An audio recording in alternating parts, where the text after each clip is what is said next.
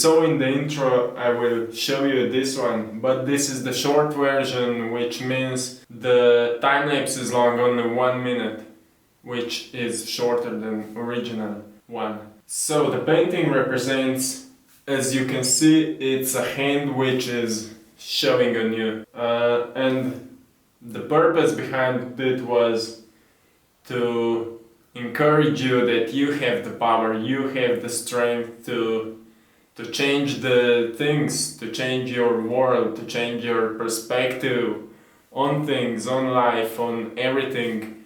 It's in you, it's in us, in every individual. So we have this power inside of us to make things better, to change the world to a better place we're living in. So the whole meaning behind this painting was to encourage every individual that we are strong. We are strong beings and we can do anything when we find this power inside us.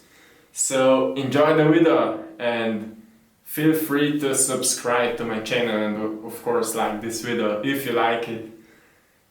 And yes, enjoy the video. Peace.